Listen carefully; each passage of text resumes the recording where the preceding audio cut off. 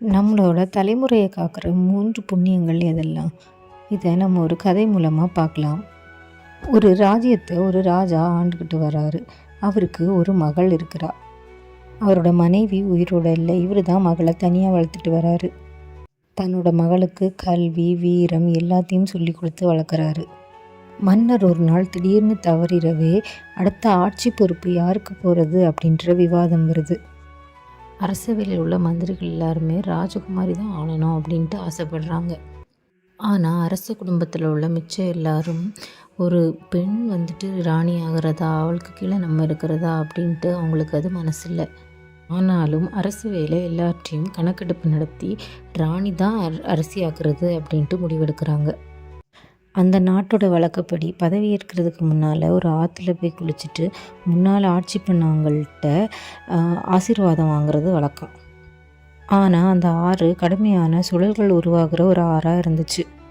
இந்த அரசவையில் ராஜகுமாரிக்கு எதிராக இருந்தவங்க எல்லாம் ரொம்ப சுழல்கள் உருவாக்குற ஒரு இடத்துல அவங்கள விட்டுட்டு அவங்கள மூழ்கடிக்கிறலான்னு திட்டம் போட்டாங்க. ஒருவேளை அந்த சுழல்லேருந்து ராஜகுமாரி தப்பிச்சிட்டாலும் அதுக்கு பக்கத்துலேயே ஒரு கிராமம் இருந்துச்சு. அந்த கிராமத்தில் இருக்க மக்கள்லாம் இந்த அரசுக்கு ரொம்பவே எதிரானவங்க. இவங்கக்கிட்ட பரம்பரை பகையில் இருக்கிறவங்க.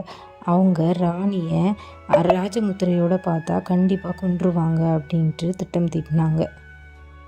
இவங்க எதிர்பார்த்த மாதிரியே ராணி பதவியேற்பு விழா அன்னைக்கு அந்த சுழலில் மாட்டி சுழல் அவங்கள அடிச்சிட்டு போயிடுது. உடனே ராஜ குடும்பத்தில் உள்ளவங்க எல்லாம் இளவரசி இறந்ததாக அறிவிக்க சொல்கிறாங்க.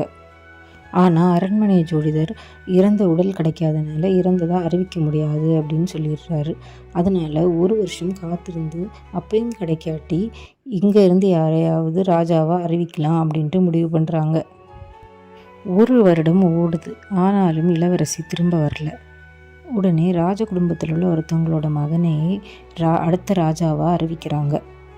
ஆனால் அவனும் அதே சூழல் இருக்கிற ஆற்றுல போய் இறந்து போனவங்கள்ட்ட வாழ்த்து பெறணும்.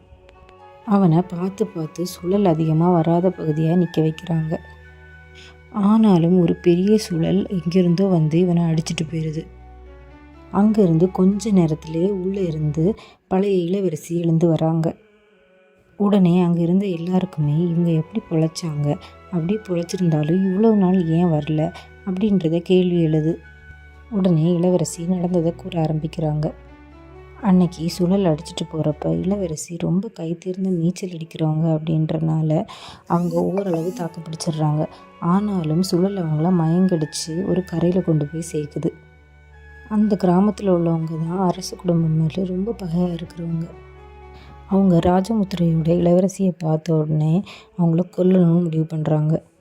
அவங்கள கொல்லலாம் அப்படின்னு தீமையிட ஏற்றும்போது இவங்க கையில் இருந்த ஒரு வெள்ளி மோதிரத்தை அவங்க பார்க்குறாங்க. இந்த மோதிரம் இந்த கிராம மக்கள் யாராவது அவங்களுக்கு உதவி பண்ணால் கொடுக்கறது.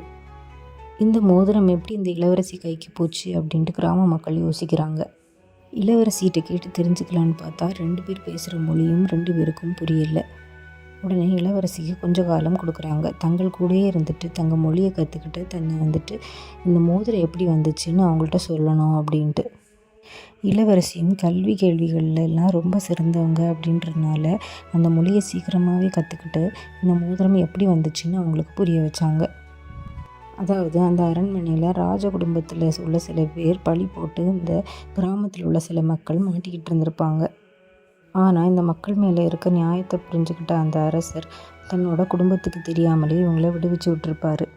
அதனால் அந்த மக்கள் நன்றி கடனாக இந்த மோதிரத்தை கொடுத்துட்டு போயிருப்பாங்க அரசருக்கு. இதை ஒரு சாதாரண வெள்ளி மோதிரமாக நினச்சி விடாமல் தன்னோட மகளுக்கும் நடந்ததை விவரித்து இந்த மோதிரத்தையும் கொடுத்துருப்பாரு, நீ வச்சுக்கோ அப்படின்ட்டு. இதை சொல்லி முடித்ததும் கிராம மக்கள் ராஜகுமாரியை விடுவிச்சிருவாங்க. ராஜகுமாரியும் நல்லா காத்திருந்து தன்னோட குடும்பத்தில் உள்ளவங்க பதவியேற்கும் நேரம் பார்த்து தன்னை வெளிப்படுத்தி தன்னை பற்றி எல்லாருக்கும் புரிய வச்சு அந்த நாட்டையும் அதுக்கப்புறம் ரொம்ப நல்லா ஆட்சி பண்ணாங்க. உடனே அரண்மனையில் உள்ள பெரியவர் ஒருவர் ராஜகுமாரியை பார்த்து, உங்கள் அப்பா பண்ண 3 தர்மங்கள் தான் உங்களை இன்றைக்கி காப்பாற்றிருக்கு அப்படின்னு சொன்னார். முதலாவதாக பெண் பிள்ளைன்னெலாம் கருதாமல் தன்னோட வாரிசுக்கு ஒழுங்கான கல்வி, வீரம் எல்லாத்தையும் கற்பித்தது. அதுதான் ராஜகுமாரியை முக்கியமான நேரத்தில் அந்த மொழியை கற்றுக்கிட்டு அவங்கள தப்பிக்க உதவிச்சு. 2வது புண்ணியம் இரக்கம். அவங்க அப்பா வந்துட்டு அந்த கிராம மக்களுக்கு அன்னைக்கு இரக்கம் காமிச்சு விடுவிச்சது தான் 2வது புண்ணியம். 3வதாக யாரையுமே குறைச்சி மதிப்பிடாமல், யார்கிட்டேருந்து வந்த பொருளையுமே குறைச்சி மதிப்பிடாமல் அந்த மோதிரத்தை வச்சு தன்னோட பிள்ளைக்கும் கொடுத்தது தான். நடந்ததை சொல்லி கொடுத்தனால அது இளவரசிக்கு உதவுச்சு. இரக்கம், எல்லாரையும் சமமாக பார்க்குதல், அதுக்கப்புறமா தன்னோட வாரிசுக்கு கல்வி அறிவு கொடுத்தல், இதுதான் 3 புண்ணியம் தன்னோட தலைமுறையை காக்கிறது.